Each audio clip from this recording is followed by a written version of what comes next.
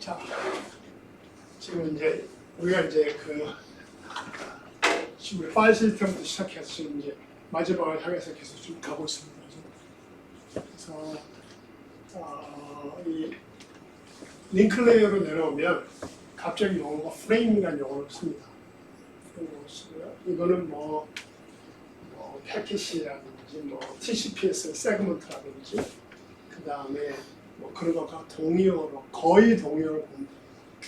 프레임이라는 용어를 쓰는 이유는 뭐냐면 이게 피지컬 네트워크마다 프레임의 크기가 다 달라요.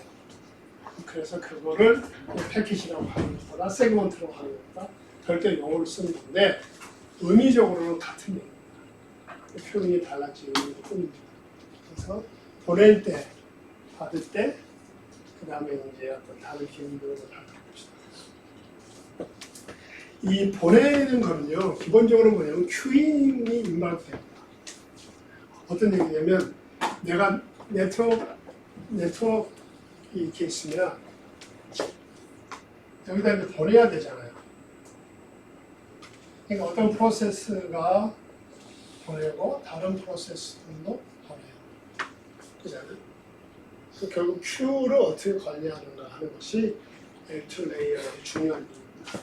그리고 이런 것들은 아마 뭐 이렇게 책에서도 잘 설명하지 않는 내용들이라서 여러분이 조금 생각을 좀 해보면 좋을 것 같아요. 그래서 결국은 Q 관리를 어떻게 하냐는 이야기를 이거를 사용하는 데이터 스트럭처는 결국은 이 Q 디스크라는 데이터 스트럭처를 사용합니다. 그래서 좀 더 설명을 드리고, 그 다음에 이 Q 디스크는 리눅스 같은 경우는 크게 세 가지로 세 가지를 지원을 합니다. 지원하고, 그 다음에 디폴트는 뭐냐면 first in first out.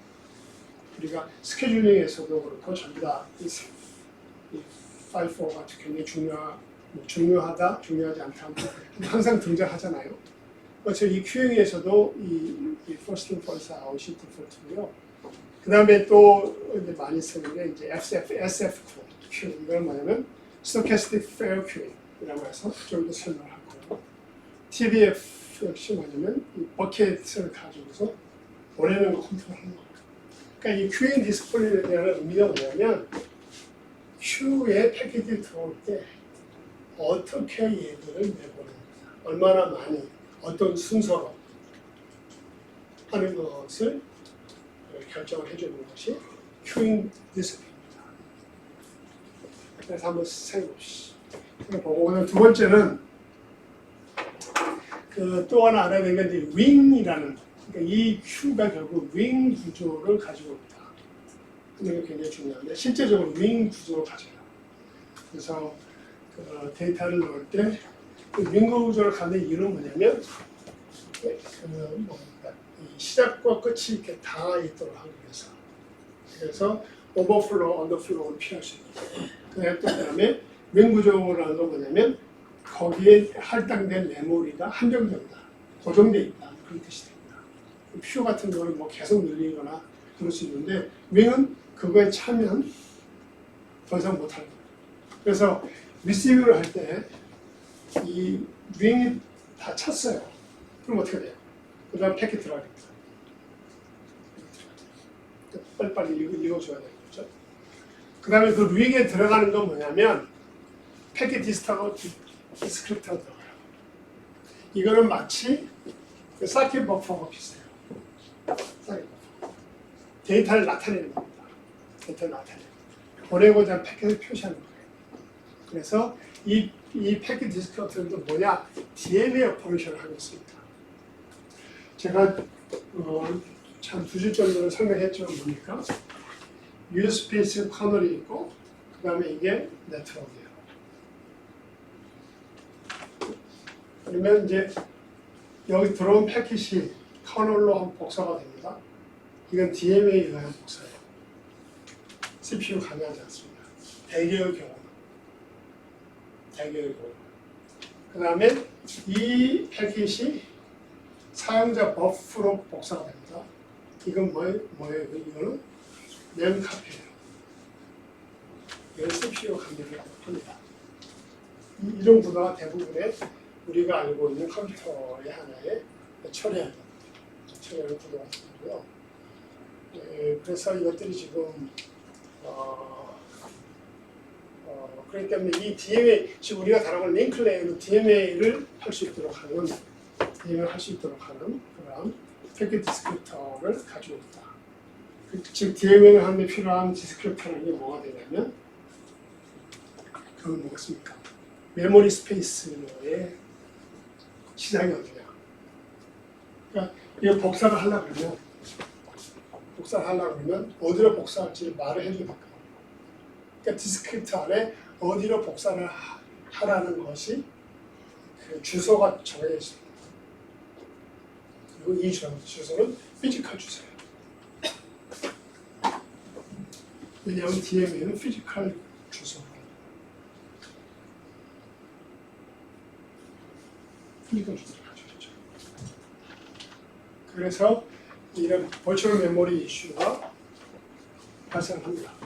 그러니까 여기서 유저 버퍼를 할 때는 메모리 카피라고. 이때는 버추얼 공간으로 합니다. 그다음에 DMA가 일어날 때는 피지컬한 주소를 가지고 DMA를 하게 돼요. 그리고 이 DMA는 CPU하고 관계없이 하는 걸 이해합니다. 그래서 여러분들이 뭡니까? 링크 레이어로 내려오면 이제 뭐를 보기 시작했냐면 이 주소가 버추얼리 피지컬이라고 봐야 되고 이걸 지금 DMA가 하느냐 아니면 프로세서가 하느냐 계속 같이 생각하면서 코드를 봐야 됩니다. 아마 여러분들 DMA 링크 레이어 코드 변형이 별로 없을 텐데 혹시 여러분이 보게 된다면 그런 차이점을 가져봐야 됩니다. 오케이. 다른 것들은 이 패킷 디스크립터는 에스케이프 버퍼하고 완전히 다른 겁니다. 다른 거예요. 저 DMA 저걸 할 때요. 네. DMA는 분리 공간에 직접 접속하잖아요. 물리 주소를 가지고 공격합니다. 예. 네, 근데 그게 또 보안적인 구멍이 될 수 있다고 들었거든요. 또 DMA 여택이라고 해가지고 그런 거에 그래서 일부 시스템에서는 그런 거에 대한 대비를 해놓은 경우가 있다고 하는데 여기서는 그런 게 적용된 케이스가 아직 없나요? DMA 여택을 막기 위해서 뭐 가상 메모리 공간에 매핑을 시켜준다는 그 정도의 대비가 아직 된 사례가 없는지. TVMA라는 게 있어요. DMA 그 질문이 뭐냐면 이거는 피지컬 주소로 DMA를 하는데 피지컬 주소로 DMA를 하다 보니까 이거를 somehow 폴링을 해서 이 주소에다가 뭐 다른 작업을 할 수 있도록 할 수 있게 되지 않느냐 하는 그런 질문이에요. 그거에 대한 대비책, 해결책이 없느냐는데 100% 해결책인지는 모르겠지만은 DVM 즉 뭡니까 EV는 virtual입니다. Direct Virtual Memory Access.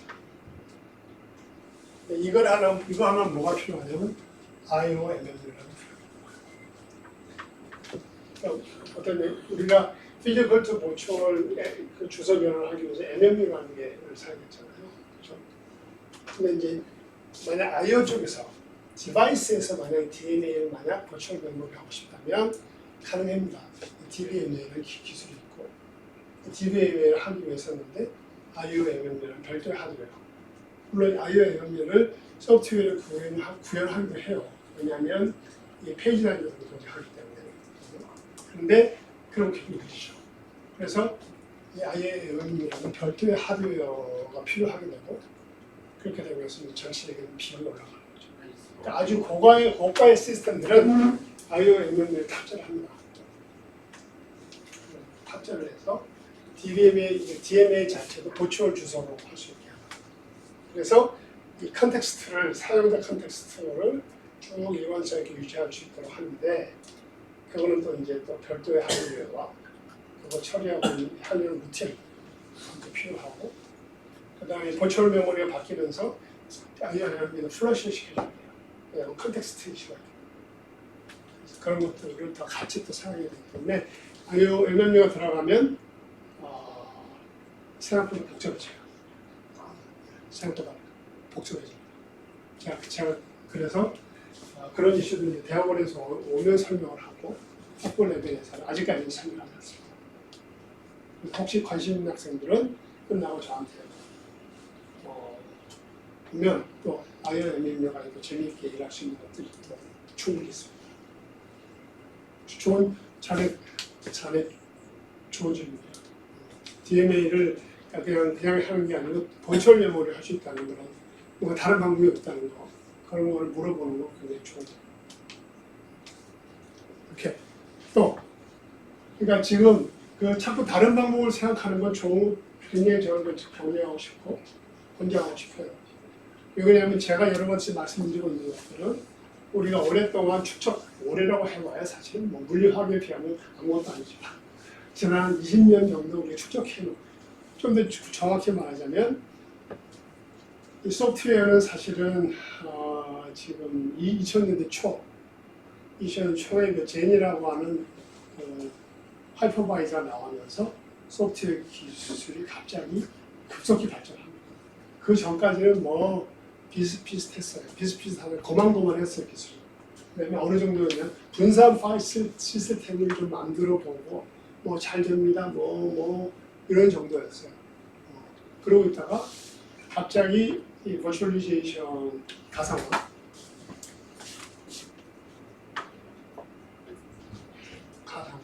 걸 보기 시작하면서 뭐가 되기 시작했냐면 컴퓨터 하드웨어 전체를 에뮬레이터하게 됐어요. 그게 이제 예를 들면 QEMU 같은 기술이 있습니다. 혹시 관심 있는 학생들은 좀 찾아보세요. 그래서 이 전체 하드웨어를 다 소프트웨어로 에뮬레이트 할 수 있게 됨으로 말미암아 이제는 이 소프트웨어가 전에는 뭐 OS 디펜던트하고 뭐 그랬었는데 이제는 전혀 OS 디펜던트 하지 않은 걸로 그렇게 진화를 했고 그렇게 되다 보니까 진영에 딱 나뉘어서 우리는 마이크로소프트 진영이야 딱 동네가 있고 나는 반 마이크로소프트 진영이야 딱 이렇게 있다가 갑자기 진영 상관없어 다 돌릴 수 있어 이렇게 지금 기술이 하고 있어요. 그렇기 때문에 대부분 여러분들은 굉장히 아주 운도 좋고 어떻게 보면 굉장히 운이 안 좋고 운이 좋은 거는 그런 엄청난 소프트웨어 기술 발전을 여러분 직접 바람을 맞고 있는 거예요 지금. 바람이 많이 느끼고 있는 거. 그러니까 그 좋은 거고. 안 좋은 거는 옛날에 저걸 했었으면 그냥 옛날에 배운 걸 계속 반복하면서 살 수 있을지 모르는데 그 시대가 지나가고 그래서 지금도 계속 지금 진화를 하고 있어요. 진화를 하고 지금의 진화는 그러니까 저는 이제 시스템을 하는 교수잖아요. 그래서 OS에 가서만 해봤는데 요즘 저희 쪽에서도 AI를 어떻게 쓸 거냐, AI를 어떻게 지원할 거냐 이게 아주 큰 화두입니다. 그리고 그게 또 하나의 새로운 또 하나의 발전에 진화에 하는 모멘텀이 지금 되고 있어요. 그래서 참 재미있는 그런 지금 우리가 시대, 굉장히 익사이트한 시대에 살고 있구나. 좀 피곤하긴 해도 계속 새로운 거를 이렇게 개발하고 연구하고 찾아가는 거는 어느 정도의 피로감을 동반합니다. 피로감을 동반하는데 또 그로 인한 기회가 너무 크잖아요. 제가 한 가지 여러분 이제 학기 말이고 이제 저하고 이제 수업할 시간이 오늘 포함해 3번 남았어요. 3번 남아서 제가 말씀드리면 제가 오늘 그 모 회사에 갔다 왔어요. 오전에 가서 근데 그 회사는 뭐냐면 재료를 만드는 회사예요. 재료를 만드는 회사예요. 그래서 그 회사가 지금 하고 싶은 게 뭐냐면 세라믹 그러니까 여러분 그 세라믹이라고 여러분 그 도리도 덜 재료공학과예요. 재료공학 저희 말로 신소재공학. 그래서 이분들이 지금 여러분 전화기나 카메라가 있잖아요. 카메라 있죠. 전화기. 그 카메라가 여러분 이렇게 붙어 있으면 카메라 주위로 이렇게 기판이 붙어 있어요. 카메라 뜯어보면 카메라에서 나오는 신호를 다 받아야 되잖아요. 그렇죠? 그 기판이 붙어 있어요. 근데 문제는 이 카메라가 지금 막 1억 그 픽셀이 이렇게 지금 300만, 뭐 3천만 하다가 이렇게로 간단 말이에요. 가다 보니까 어떤 문제가 생기냐면 이 기판이 열이 나. 그래서 이걸 좀 세라믹을 갖다 쓰겠다 하는. 근데 그거하고 우리하고 무슨 관계가 있는가? 근데 세라믹을 기판으로 못 쓴다는 거예요 지금까지. 왜냐하면 열 처리를 해야 되는데. 여러분 우리 도자기 있잖아요. 청자 이런 거 굽는 거와 똑같아요. 1000도 정도로 굽는다고 하는데 구울 때 약간의 그 디스토션, 약간의 휘일 수 있다는 거예요. 그러면 그걸 못 쓴다는 거예요. 그래서 그걸 하나 만들려고 그러면 엄청난 뭐예요? 트라이 앤 에러를 해야 되는 거예요. 근데 그분들이 하고 싶은 게 뭐냐? 이 인포메틱스를 적용할 수 있으면 좋겠다. 그러면은 이거를 세라믹으로 기판 만드는 거를 엄청나게 빨리 하고 효율적으로 할 수 있을 것 같다. 그래가지고 이제 지금 그래서 이제 그분들이 관심 있는 게 소재 인포메틱스 이런 거죠. 그럼 이걸 어떻게 만들어야 되냐? 기본적으로 AI 알고리즘 쓰는 거는 사실 AI 알고리즘 같은 거는 프레임워크로 많이 나와 있기 때문에 사실은 뭐 큰 문제는 아니거든요. 그건 수업 하나 두 개 대부분 다 이해할 수 있는 거예요. 근데 그걸 가지고서 어떻게 이걸 해야 되는지 그런 이슈들을 오전에 토의를 좀 하고 왔는데 아주 굉장히 좀 재밌는 그러한 이 컴퓨터 사이언스 하는 사람이 재료를 만드는 분들하고 대화를 하게 되면 저는 생각을 해요. 근데 지금 병원에서도 의료원에서도 유전자 정보를 가지고서 어떻게 이걸 프로세스, 인포메틱스를 해서 처리할 수 있느냐 하는 문제가 좀 완전히 좀 현황이 되는 거죠. 그렇기 때문에 그러한 엄청난 오퍼튜니티를 여러분이 가지고 있다. 그래서 여러분이 좀 배운 걸 잘 활용을 하면 조금 여러분 이제 학교 많이 가서 조금 여러분 몸이 물리적으로 고단할 텐데 좀 힘을 내서 여러분 잘 마무리하면 엄청난 기회들을 얻을 수 있습니다. 그래서 여러분한테 부탁하고 싶은 것은 그냥 하나만 보지 말고 하나라는 게 아니라 코딩으로 보지 말고 의료 데이터를 내가 가지고서 뭘 할 수 있는 의료 유전자 정보를 가지고 뭘 할 수 있나 그런 차원에서 그런 생물학 강의를 하나 들어보고 싶고 아니면 화학과 강의를 하나 들어보고 싶고 그런 것들을 가지고서 여러분이 알고 있는 이 정보에 대한 컴퓨터 사이언스 지식을 적용할 수 있으면 그건 또 굉장히 새로운 기회를 여러분이 만들어낼 수가 있습니다. 코딩만 잘한다고 해서 세상에 그걸로 다 끝나는 건 아니에요. 오히려 남이 안 하는 영역을 찾아서 거기에 자기가 확 얻을 수 있다면 그게 훨씬 굉장히 투자 대비 리턴이 좋아요. 그러니까 리턴 인베스트먼트. 지금 공부하고 하는 게 다 여러분 인베스트먼트잖아요. 그렇죠? 그 인베스트먼트 리턴이 뭐 많을수록 좋죠. 그런 거 하는 걸 제가 지금까지 쭉 보면 그런 좀 다른 이제는 그 AI라는 툴이 있으니까 AI는 이제 마치 수학같이 됐어요. 원래 수학이기도 하고 그런 것들이 많은 툴들이 있기 때문에 그런 거 아주 잘 적용을 시키면 새로운 기회를 분명히 만날 수 있습니다. 거기에는 엄청난 리턴을 가지고 있을 수 있다. 그래서 그런 쪽으로 여러분의 생각을 펼쳤으면 좋겠어요.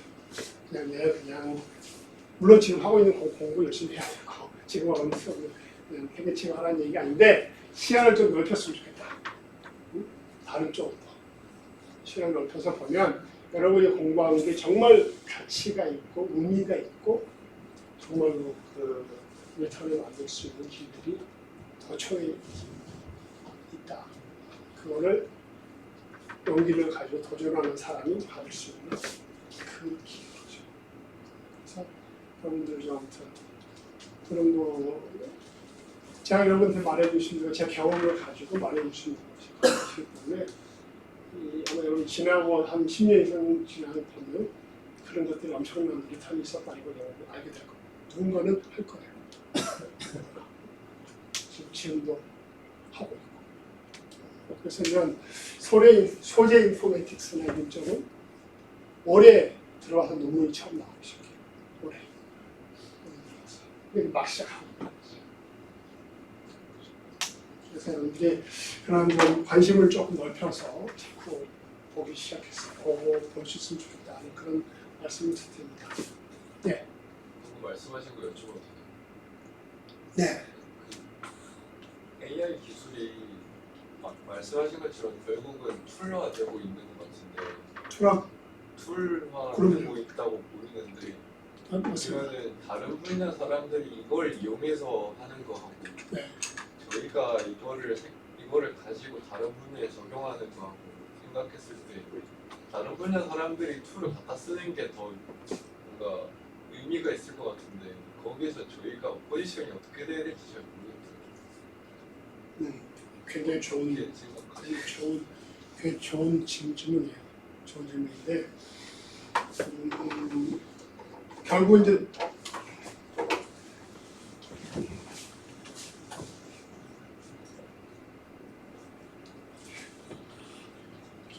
여러분 그 다윈이라는 사람 여러분 아시죠? 다윈이라는 사람이 뭘 만들었어요? 종의 기원이라는 논문을 썼죠. 종의 기원. 그래서 이 보니까 종이란 게 힘세고 그런 것이 살아남는 게 아니고 빠른 녀석들이 살아납니다. 즉 어댑테이션. 주어진 상황에 내가 얼마나 빨리 어댑트하느냐. 그런 종은 살아남고 더 발전하고 그걸 거부하고 그걸 제대로 못하는 종들은 소멸했다. 이게 이제 다윈 이론의 기본이거든요. 뭐 여러 가지 있습니다. 그래서 진화론도 나오고 이렇게 되는데 그 질문으로 돌아가서 그 도메인 있는 사람들이 AI를 갖다 쓰는 거 하고 현재 지금 CS 백그라운드 가진 사람이 그 적용하는 어디가 좀 더 낫겠느냐. 제가 요즘에 보는 거는 양쪽을 다 봅니다. 양쪽이 다 액티비티가 있어요. 왜냐하면 이런 머티리얼 사이언스 하는 사람들이 접근하는 것도 있고요. 또는 것도 CS 하는 사람 접근하는 것도 있고 어떤 경우에 컬래버레이션이 있어요. 그래서 뭐 어떤 거 하나가 더 유리할 거라고 그렇게 보이진 않고요. 다만 중요한 거는 어느 쪽이든지 간에 어댑티브한 사람이 그 과실을 가져갈 수 있다라고 생각합니다. 예를 들어서 지올로지 하시는 분들도요. 여러분 AI 그 들어가서 수업을 들어봐서 알겠지만은 이론적인 거 보면 그 편미방을 풀고 편미방을 그 수치 해석으로 매트릭스 연산을 풀어가는 과정입니다. 근데 그게 뭐 예를 들면 제 아는 친구가 기계공학 전공이에요. 근데 물어보면 요즘 뭘 공부하니 그러면은 뭐 연구하니 그러면 머신러닝 한대요. 근데 그 기계공학과에서 하는 연력학, 동력학 전부 다 partial differential equation, 편미방. 원래 역학 자체가 편미방. 그러니까 뭐 기계공학 하는 사람들, 통계학 하는 사람들도 사실 AI의 엑서사이즈 굉장히 쉬워요. 그 툴들이 많이 쉬워져 있고. 그래서 그거는 이제 얼마나 어댑티브의 문제이고요. 그 다음에 여러분들 툴들을 써봐서 알 텐데 툴들이 그렇게 컴퓨터 전공 학생들한테는 좀 인투이티브하고 쓰기가 쉬워도 다른 분야에 있는 분들한테는 아직도 쓰기가 쉽지가 않아요. 그렇게 유저 프렌들리하지 않습니다. 영어도 그렇고 프로그래밍이라는 것도 그렇고 그런 허들이 있어요. 그런데 그 예를 들면 뭐 케미스트리나 무슨 머티리얼 사이언스나 그런 것들에 우리가 많은 걸 이해할 필요는 없어요. 그냥 초보적인 또는 거기서 정리된 것들을 이해를 하고 그거에 대한 데이터를 가지고 또 데이터 없이 그냥 트레이닝을 시킬 수 있는 그런 지금까지 보면 그런 것들이 많더라고요. 특별하게 도메인을 깊이 알아야 되고 내가 막 유전체 분석을 하기 위해서 유전체에 막 무슨 뭐 논문을 써야 되고 그런 건 아니고 데이터가 이렇게 돼 있고 그러면 모델을 만들어서 돌리면 결과 나오고 그런 현재까지는 그렇게 보입니다. 물론 더 복잡한 문제에 들어가면 뭐 도메인 알지가 아주 강할 수도 있겠지만 지금까지 보면 오히려 그 사람들이 그쪽을 한 분들이 AI 이 프로그래밍을 익히고 거기서 또 AI 그 인풋을 정렬해서 툴에 넣고 하는 그런 게 생각보다 배려가 커요. 그 중에서 하는 분도 있어요. 일반적으로 보면 배려가 크더라고요. 그래서 뭐 어디 가든 좋다라고 말하기는 없죠. 어떤 여러분들이 어댑티브 할 수 있기를 바랍니다. 졸업을 이제 앞에 두고 온 학생들이 많을 건데 어댑티브한 사람들이 더 이 리턴 인베스트가 더 많아요. 그러니까 장기를 부리는 얘기가 생각을 좀 이렇게 소프트하게 하는 거죠.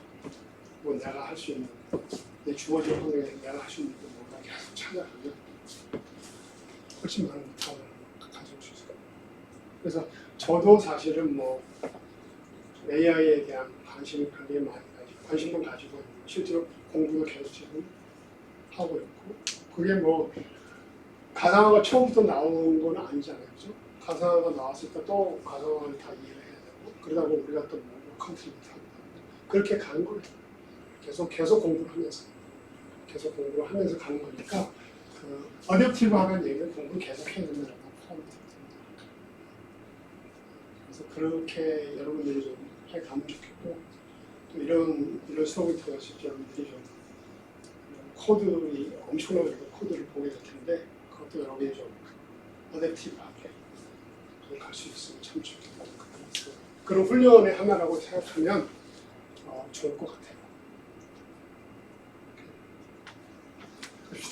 또 다른 질문 있으면 봅시다.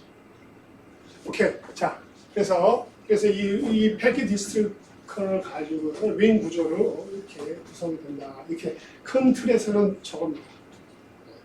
링 구조와 패킷 디스트리크를 가지고 링크 레이어가 샌드위치를 한다.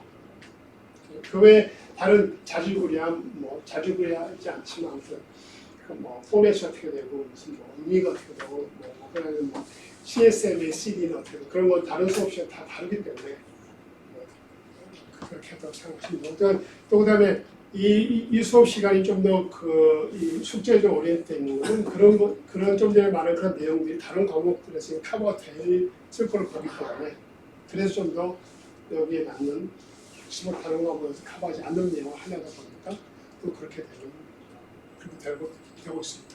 네, DMA 쓰는 방식이 네. 앞에서 다른 파일 시스템을 쓸 때 버프캣이 올리는 것처럼 얘도 네. 같은 루틴을 타는 거죠. 얘도 소켓 파일 시스템으로 들어가서 그럼요. 네, 그렇죠. 그러니까 파일 시스템은 SUGFS를 통해서 다 들어가요. 네, 그거는 뭐 스트레스 없습니다. 같은 의미에서 DMA를 탄다는 얘기를 하시죠. 맞아요.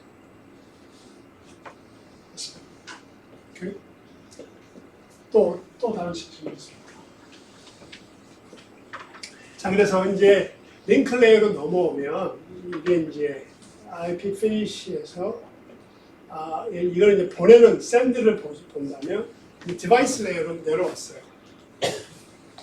디바이스 내려오면 이제 요 DMA 하기 전에 이 TX 링이 있습니다. TX 링이 DMA를 하기 전에 몇 가지 단계를 거칩니다. 그 첫 번째 단계가 이 트래픽 컨트롤이에요. 트래픽 컨트롤이라는 게 아까 얘기한 대로 패킷을 어떻게 내보낼 거냐 하는 문제. 트래픽 컨트롤이라는 건 누가 가고 누가 기다리고 그런 거죠. 그 다음에 이제 아까 말씀드린 디스크립터. 이거는 이제 이 패킷을 DMA 하기 위한 정보를 만드는 거고 이렇게 이제 싹 SKB의 이퀴벌런트예요. 메타데이터입니다. DMA를 하기 위한 메타데이터다. 생각하면 여기가 정확합니다. 그 다음에 이제 닉을 노티파이하는 거죠. 자, 내가 디스크립터에다가 새로운 윙에다가 새로운 디스크립터 만들어 놨다. 그래서 네가 보낼 수 있을 때 그래요. 그러고서 뭡니까? 그러고서 CPU를 여기까지 하고 돌아갑니다. 이 DMA를 언제 하느냐? 누가 하느냐는 거는 DMA 마음이에요. DMA 엔진이 돌면서 합니다. 그러니까 선은 사실 이렇게 되어 있지만 이 선이 사실 끊어져야 돼요. 그 민구야, 요거 좀, 요 선 끊읍시다. 선 끊어야 해요. 응?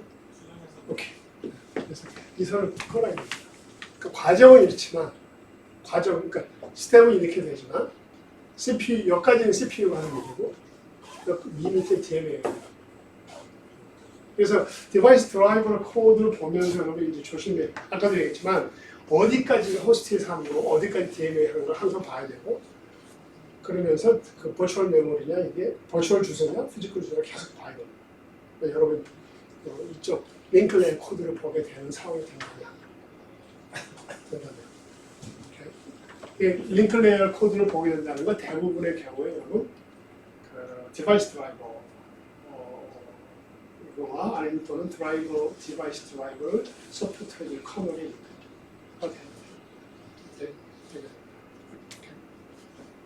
자, 그래서 일단은 그 Five for Fast라는 이런 그 큐잉 프린시플을 봅시다.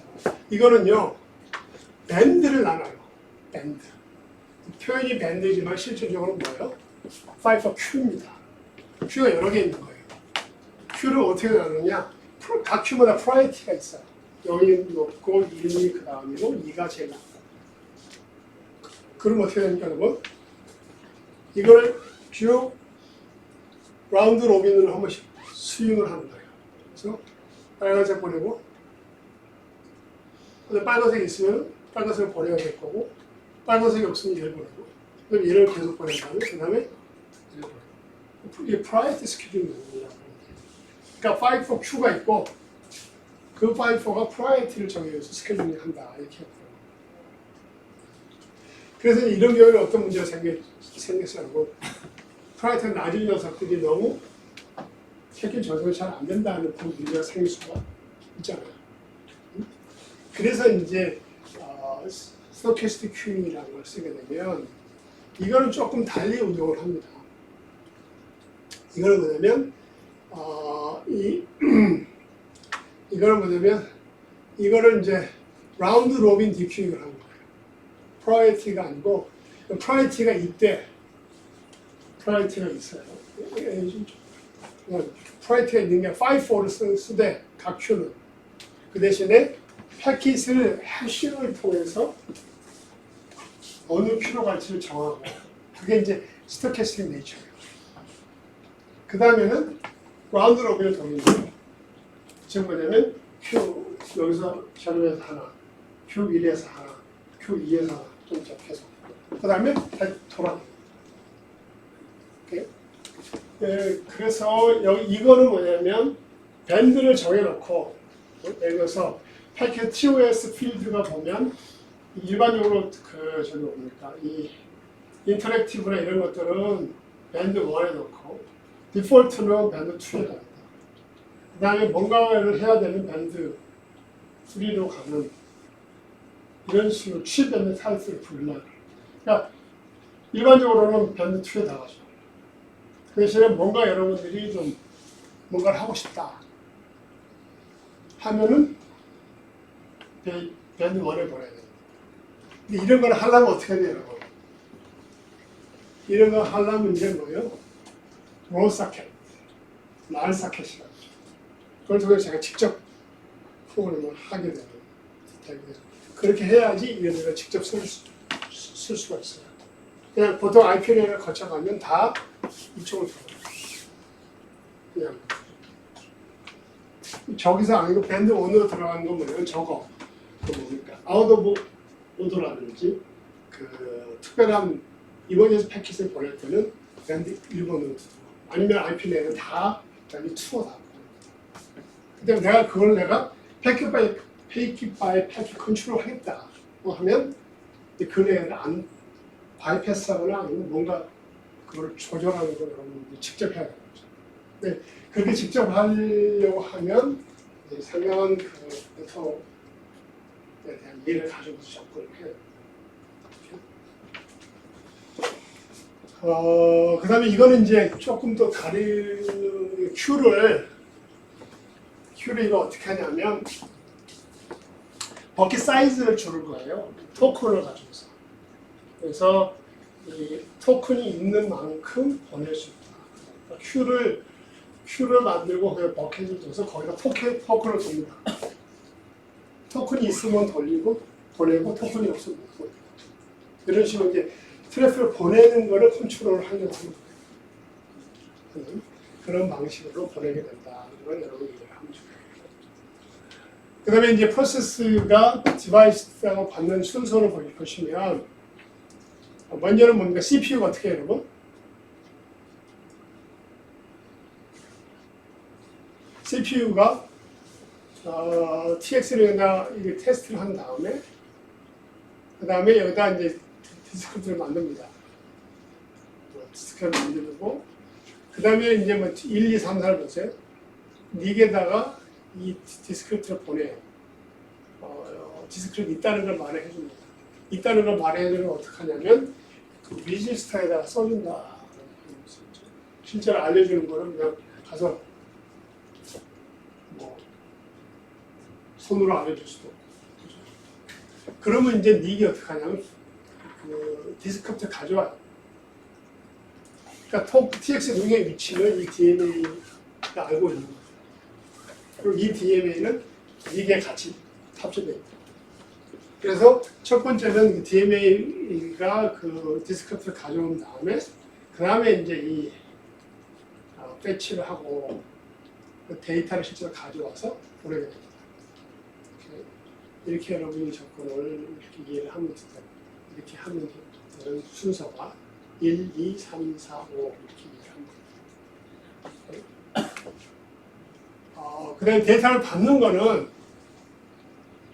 역순인데 기본적으로는 뭐냐면 인터럽트 인발트입니다. 그래서 이제 이게 뭐냐면 하나의 프레임당 인터럽트 하나 받는다라고 설비가 되어 있어요.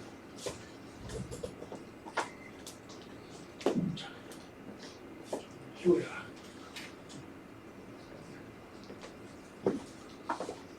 그래서 이게 사실은 옛날에 그러니까 우리가 이스라엘 1메가bps 이 정도일 때는 이게 아주 견디졌어요. 근데 이게 아니고 이제는 10메가. 제가 처음에 95년도에 강의 시작할 때는 되게 1메가bps였어요. 망 속도가, 램 속도가. 그러니까 지금은 10을 거치면 지금 100까지 왔던 거죠. 이 얘기는 무슨 얘기냐면 이론적으로 뭐예요? 패킷이 100배 빨리 들어올 수 있어요. 그러니까 이제 어떤 문제가 생기냐면 너무 빨리 들어온다 하는 문제가 생기고요. 너무 빨리 들어오는 게 무슨 말이냐면 제가 다음 시간에 설명하려고 하는데 패킷 프로세싱이 계속 제대로 안 되는 거예요. 계속 인터럽트가 들어오기 때문에 이 소프트 IRQ라고 하는 건 제가 다음 시간에 설명할 건데요. 그러다 보니까 실제 뭐예요? 이것도 역시 Q가 있습니다. 이것도 이제 RxQ가 있는데 RxQ가 RX 링이 풀이 돼가지고서 인터럽 계속 픽이 드랍되는 거예요. 그래서 결국은 스루풋이 떨어집니다. 그러니까 네트워크는 빨라졌는데 스루풋이 떨어집니다. 왜? 제대로 처리가 안 됩니다. 제대로 그 처리해 주십니다. 그래서 사람들이 고민하다가 이 나피라는 그러한 새로운 인터페이스를 만들었어요. 근데 참 이 나피가 굉장히 별로 창의적이지 않은 이름이에요. 왜냐하면 New API야. 그래서 N을 붙여가지고 NAPI, 나피를.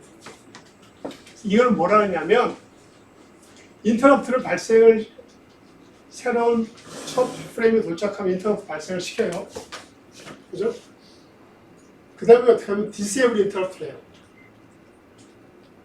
그 다음에 폴링 모드로 스위치를 합니다. 폴링 스위치. 그래서 뭐예요? 들어온 패킷들을 계속 읽어요. 그러니까 패킷마다 인터럽트 발생하고 패킷마다 인터럽트 발생하지 않고 한번 패킷 들어오면 그 다음에는 그 폴링 모드로 바꿔가지고서 그래서 그 어떤 some number of frames or some number of time interval 동안에 폴링을 해요. 즉 빨리 들어온 패킷들은 왜냐면 하나 들어오고 다음번 계속 들어왔는데 계속 인터럽트 발생시키잖아요. 그리고 그 다음에 뭐예요? 얼마가 지나고 난 다음 썸이 중요해요. 썸이 중요하죠. 그 다음에 인터럽트 다시 딜레이를 시켜요. 그러니까 인터럽트에 있다가 폴링을 하고 다시 인터럽트를 해요. 이런 식의 구도를 지원을 하는 거를 사람들이 생각을 했어요. 그래서 나필하게 되면 결국은 장점이 뭐냐? 인터럽트가 훨씬 더 미티게이션. 지금 인터럽트 숫자도 줄잖아요. 인터럽트 숫자가 줄고. 두 번째는 뭡니까? 이 패킷을 컨트롤할 수 있다. 지금 무슨 말이냐? 패킷 너무 많은 거가 들어왔을 때 패킷 드랍할 수 있는 기회를 IP 레이어로 올라가서 하지 않고 여기서 컨트롤을 좀 해볼 수 있겠다 하는 거죠.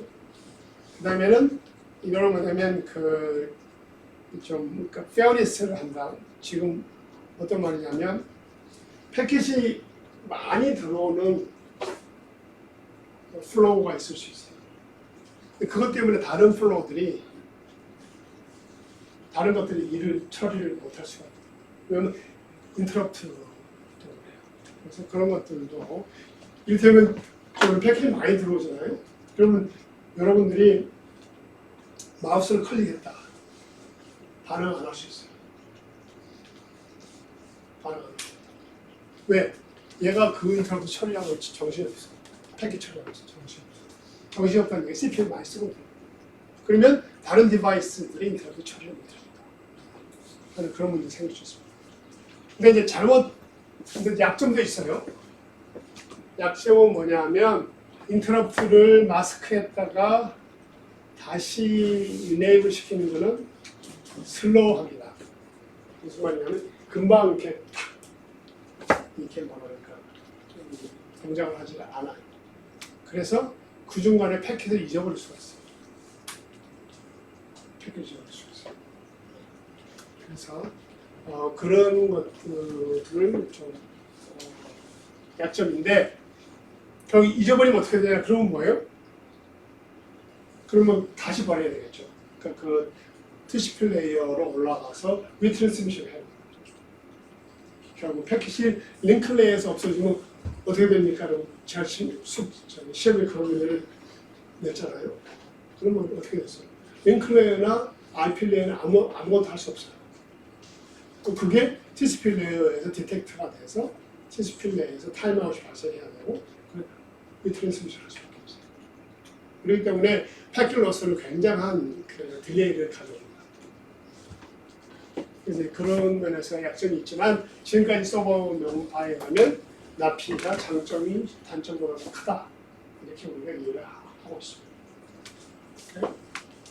자, 그래서 나피의 경우는 이제 뭐 여러 가지 서포트하게 여러 가지가 있어야 되고요. 여러 가지라는 게 뭐냐면 인터럽트를 스위치 오프 시켰다가 스위치 온 할 수 있어야 되고 인버퍼가 있어야 되고 폴 펑션이 있어야 된다 하는 거고요. 그 다음에 이것들은 이 좀 어댑티브하게 지금 무슨 말이냐면 그렇다면 몇 개를 기다리고 어느 기간 동안을 폴링을 할 거냐는 이슈가 큰 이슈인데 또 그걸 바랄게는 어댑티브하게 했으면 좋겠다는 게 여기서 나오는 설명을 하고 있는 거예요. 근데 사실 그거를 경우에 맞춰서 이렇게 하기는 굉장히 어렵거든요. 특히 이런 나피 같은 거 하드웨어 디바이스하고 동작을 해야 되고 때문에 그걸 어댑티브하게 하는 건 굉장히 어렵습니다. 아무튼 이렇게 되면 좋겠다라는 그런 생각을 가지고 있다는 걸 여러분 말씀드리고요. 그래서 이 전체적으로 보게 되면 자, 그 하드웨어 인터럽트가 발생을 하면 이 패킷은 그러면 DMA를 하고요. 인터럽트를 일으킵니다. 그죠? 인터럽트 일으키는 그다음에 이제 이 소프트 IRQ를 스케줄합니다. 자, 이게 이제 우리가 지금까지 배운 거하고 좀 차이점이에요. 제가 여러분 요것만 하고 수업을 다시 계속 좀 참으세요. 우리가 지금까지 어떻게 배웠냐면 인터럽트로 발생을 하면 어떻게 돼요? 그 인터럽트 핸들러가 인터럽트 처리를 한다 배웠잖아요. 그렇게 배웠어요. 근데 이거를 이제는 이제 이걸 한 단계 더 디테일로 들어가면 뭐냐면 이것이 두 단계로 이루어진다. 인터럽트 핸들러. 이게 자세히 보니까 이렇게 됩니다. 어떤 말이냐면 인터럽트 핸들러가 들어와서 패킷을 처리하려고 보니 그 패킷 처리하는 걸 다 인터럽트에서 하기는 뭐예요? 시간이 많이 걸린다. 이게 무슨 뜻이냐면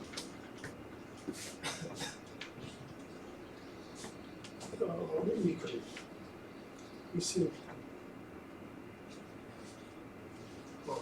자 보세요. 패킷이 들어왔어요. 그러면 이게 DMA 디스크를 가져와서 그 다음에 DMA 라이트를 해야 됩니다. 이 과정이 시간이 많이 걸려요. 메모리, 이것도 어제 메모리를 읽어와야죠. 메모리를 써야 되는 거예요. 그래서 이 구현, 즉 OS 시간에 배운 인터넷 핸들러의 구현을 네트워크에서는 일반적으로 그 다음에 리눅스 커널에서는 두 개로 분리를 합니다. 그래서 하드웨어 인터럽트 부분만 정말 짧게 처리해주고 패킷을 리시브해서 DMA를 하고 하는 그런 것들은 스케줄링을 시켜버려요. 세퍼레이트 thread를 만들어서 컬러 thread를 만들어서 그게 여기 있는 소프트 IRQ. 그게 소프트. 그래서 이거는 소프트 IRQ는 별도의 thread로 스케줄이 됩니다.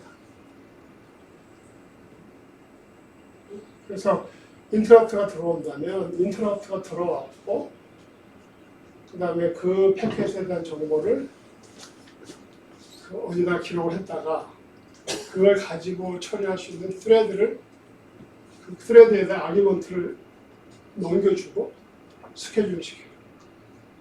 그러면 그거는 커널 thread이기 때문에 일반 유저 thread보다 더 유저 프로세스보다 더 빨리 스케줄이 되고 CPU를 가질 수 있으면 이 녀석이 이제 그 디바이스 처리를 하게 됩니다. 그래서 지금 여기가 여기도 지금 분리가 돼 있어요.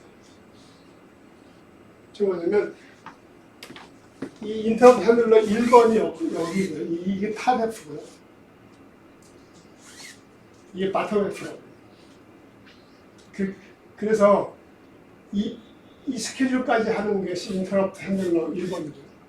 인터럽트 핸들러 2번은 스케줄러가 스케줄이 돼서 그게 소프트웨어 인터럽트 또는 소프트 IRQ라고 부르는데 이 녀석이 나피를 호출을 하고 그 다음에 팩을 처리한 다음에 그 IP 리시브를 부릅니다. 여러 개의 팩을 동시에 이제 나피에 처리를 하겠죠. 그래서 오늘 여러분이 기억할 건 뭐냐면 이 인터럽트를 이제 처리를 하는데 링클레이에서는 두 개로 나눠서 한다. 그래서 여기를 여러분 보시면 커넥션이 없어요. 아까 그 샌드 루틴에서 보낼 때, 그러니까 보내는 CPU 하는 거와 DMA가 연결이 없는 것처럼 주체가 달라. 주체가 달라요. 여기도 주체가 달라요. 여기는 이것까지만 처리하고서 그냥 끝납니다. 인터럽트 핸들러는 schedule the device for software IRQ. 그래서 끝나요. 그리고 처리를 하셔야 돼요.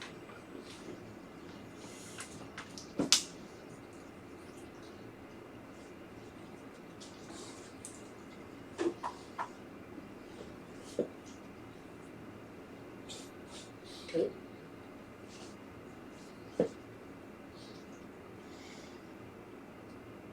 그래서 좀 전에 얘기한 것처럼 이 CPU 이렇게 리시브 할 때는 그 패킷 버퍼를 엘로케이트를 하고 리시브 디스크를 만듭니다. 그죠? 그죠? 그러니까 이렇게 해서 하는 건 뭐예요, 여러분? 이렇게 해서 하는 거는 뭐예요? 그 IP에 어떤 큐에 들어가요? 저번 시간에 제가 IP 설명 큐를 몇 개 설명했잖아요. 프리 큐가 있었고, 오늘 큐가 몇 개 있어요. 백로 큐가 있었고, 그다음에 리시브 큐가 있잖아요. 이렇게 리시브 호출이 되고, 이건 리시브 호출이 되고 이렇게 하는 경우예요. 이건 프리 큐에 들어가죠. 그러니까 내가 시험에 뭘 내주냐면 그렇다면 자 프리큐가 아니고 리시브 큐의 경우에 들어가는 경우는 어떻게 동작을 하느냐라는 그런 문제를 낼 수 있어요. 그럼 코드하고 아무 어렵지. 그럼 그 플로우를 여러분들이 요거를 이해를 하고 그거에 대한 답변을 이제 써줘야 돼요. 그러니까 예를 든다면, 그러니까 여러분들이 오늘 수업 끝나고 여러분 한번 해보세요. 그러니까 프리큐가 아니고 리시브 큐에 IP 팩이 들어가는 상황이라면 여기 영역에서 팩이 들어와가지고서 닙과 드라이버 어떻게 동작하고 어떤 수준을 싣고 동작을 하는 것이 말이 되겠냐 하는 걸 여러분이 한번 따져보셔야 돼요.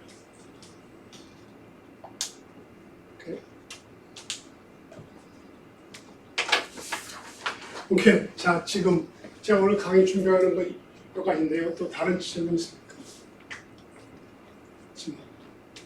잘해.